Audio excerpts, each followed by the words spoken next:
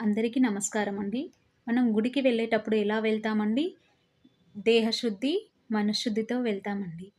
చాలా నియమ నిష్టలు, భక్తి శ్రద్ధలతో వెళ్తాం. అనుకోకుండా గుడిలో ఏదైనా అనరాని మాట, చిన్న మాట తొలిన ఎంబడే లెంపలు వేసుకుంటామండి. అంటే ఆ మాట అక్కడ అనకూడదు. అక్కడ అంటే కరెక్ట్ కాదు అని నీ మనసుకు అనిపించి లెంపలు వేసుకుంటావు. ఎందుకంటే అది దైవ సన్నిధి, దైవ ప్రాంగణం.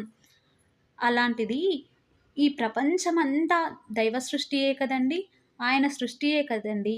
భగవంతుడు సర్వాంతర్యామి, సర్వవ్యాపి. అలాంటిది నువ్వు చుట్టూరా సమాజంలో ఎక్కడ ఏ మూల బ్రతుకుతూ ఉన్నా, నువ్వు ఒక గుడికి వెళ్ళినప్పుడు ఎంత భక్తి శ్రద్ధలతో, నియమ నిష్టలతో ఉంటావో, ఈ చుట్టూ ఉన్న జనాలతో కూడా అలాగే కదండీ నువ్వు ఉండాల్సింది.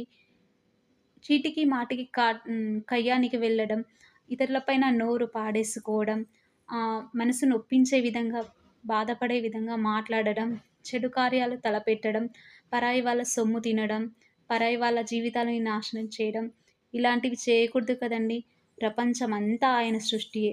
ప్రతి మనిషి గుడి ప్రాంగణంలో ఉన్నప్పుడు ఎంత భక్తి శ్రద్ధలతో, నియమనిష్టలతో ఉంటాడో, సమాజంలో పుట్టినప్పటి నుంచి మనం చనిపోయేంత వరకి గుడి దగ్గర ఎలా ఉంటామో, ప్రపంచమంతా ఆయన సన్నిధి అనుకొని నువ్వు చాలా నియమనిష్టలతో బ్రతకాలండి.